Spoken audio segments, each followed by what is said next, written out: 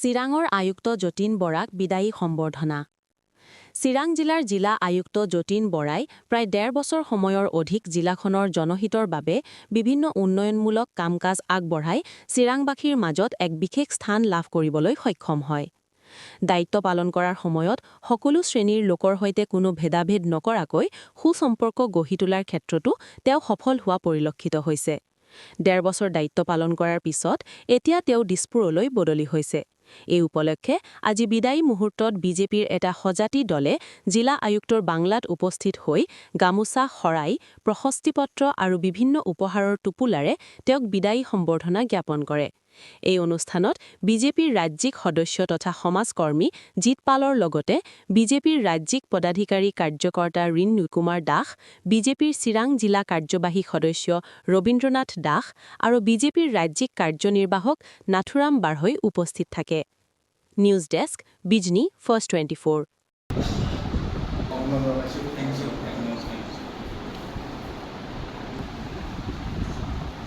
মই চিৰাং জিলাত ১ বছৰ ৫ মাহ ইতিমধ্যে অতিক্ৰম কৰিছে। একচুৱেলি মই লাষ্ট বাই ইলেকশ্যনত ইয়াত থকাৰ কাৰণে ইলেকশ্যনৰ ক্ৰাইটেৰিয়া মই ট্ৰেন্সফাৰ হ'বলগীয়া হৈছে আৰু অসম চৰকাৰে মোক ছেক্ৰেটাৰী হিচাপে JDত মোক পষ্টিং দিছে। মই ইতিমধ্যে চাৰ্জ হেণ্ড অভাৰ কৰিছোঁ। চিৰাং ডিষ্ট্ৰিক্টত এই ১.৫ বছৰ থাকি মই খুব আনন্দিত হৈছিলোঁ, যিহেতু চিৰাংবাসী ৰাইজে মোক খুব ভালদৰে আঁকোৱালি লৈছিল আৰু ময়ো তেখেতসকলক সেৱা কৰাৰ কাৰণে যিখিনি সুবিধা পাইছিলোঁ মই নথৈ আনন্দিত হৈছোঁ।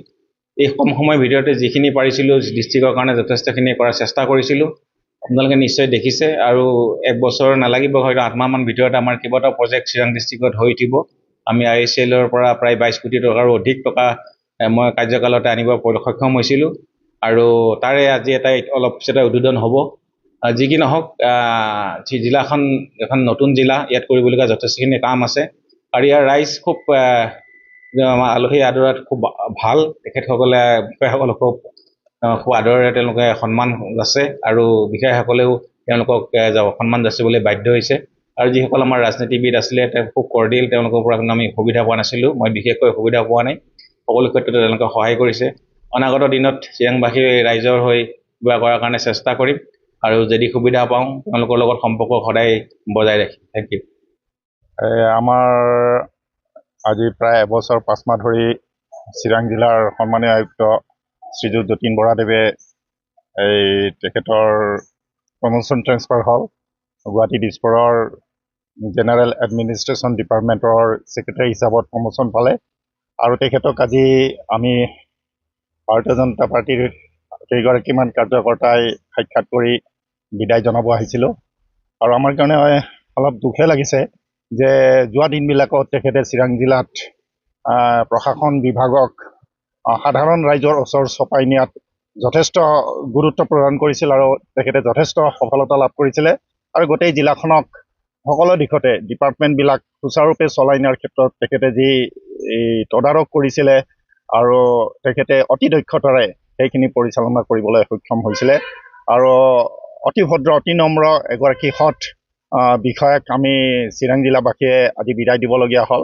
তৎসত্ত্বেও তেখেতৰ আমি ভৱিষ্যত উন্নতি কামনা কৰিছোঁ আৰু আমি আশা ৰাখিছোঁ ভৱিষ্যতেও তেখেতৰ পৰা আমি চিৰাং জিলাবাসীয়ে যথেষ্ট সেৱা লাভ কৰিবলৈ হয়তো সক্ষম হ'ম আৰু তেখেতৰ উত্তৰোত্তৰ আমি উন্নতি কামনা কৰিছোঁ আৰু ভৱিষ্যতলৈ তেখেতৰ আকৌ উন্নতি হওক তাকে কামনা কৰিছোঁ। আন্তৰিকতাৰে তেখেতৰ প্ৰতি আমি শ্ৰদ্ধা আৰু শুভেচ্ছা জ্ঞাপন কৰিছোঁ। ধন্যবাদ। আজি আমাৰ চিৰাং জিলাৰবাসীৰ কাৰণে সঁচাই এটা দুখৰ দিন ক'ব লগা হ'ব, কাৰণ যোৱা ১ বছৰ ৫-৬ মাহ, প্ৰায় ২ বছৰে ধৰক, ২ বছৰৰ ওচৰা-ওচৰি আমাৰ চিৰাং জিলাৰ আয়ুক্ত হিচাপে ইয়াতে দায়িত্ব লাভ কৰিছিল যতীন বৰা মহাশয়ে। তেওঁ যোৱা দিনবোৰত কোকৰাঝাৰত BTCৰ ছেক্ৰেটাৰী ৰূপে নিযুক্তি আছিল, তাৰ পৰা প্ৰমোশ্যন হৈ DC হ'লে আৰু প্ৰথমবাৰৰ বাবে চিৰাঙতে DC হৈ প্ৰমোশ্যন লৈ ইয়াতে চিৰাঙত থাকিলে। চিৰাঙৰ তেওঁৰ যিটো অৱদান এই ১.৫ বছৰীয়া জাৰ্ণিত, তেওঁ বহু মানুহৰ লগত অঞ্চলটো উন্নয়নৰ ক্ষেত্ৰত ইমানখিনি দি গ'লে, সঁচাকৈ ১.৫ বছৰীয়া এই জাৰ্ণিটোত আমি বেলেগ প্ৰতিনিধিৰ লগত আমাৰ জনপ্ৰতিনিধি হিচাপেও আমি হয়তো কৰিব নোৱাৰা কামখিনি তেওঁ কৰি দেখুৱালে। কিন্তু এটা কথা কি, আমি ৰাজনীতিক হিচাপে ক'ব নাযাওঁ, আমি এনে ব্যক্তিগতভাৱে ছাৰক মই বহুত বছৰৰ পৰা ছাৰক পাই আহিছিলোঁ। ছাৰ সঁচাকৈ এজন নৰ্ম উদাৰমনীয় এজন ব্যক্তি, আৰু তেওঁ সৎ সৰল, মানে সমাজৰ একদম লোৱাৰ লেভেলৰ পৰা আপাৰ লেভেল তেওঁ কোনো খাপ খুৱাই নচলে, সকলোৱেই সমান চকুৰে একফালে চাই আছে। আৰু যিমানখিনি পাৰে তেওঁ নিজৰ পৰা ব্যক্তিগতভাৱে বহুত মানুহক সহায় কৰা আমি পৰিলক্ষিত হৈছে। মই নিজেও প্ৰত্যক্ষ সাক্ষী হৈ আছিলোঁ ছাৰৰ লগত।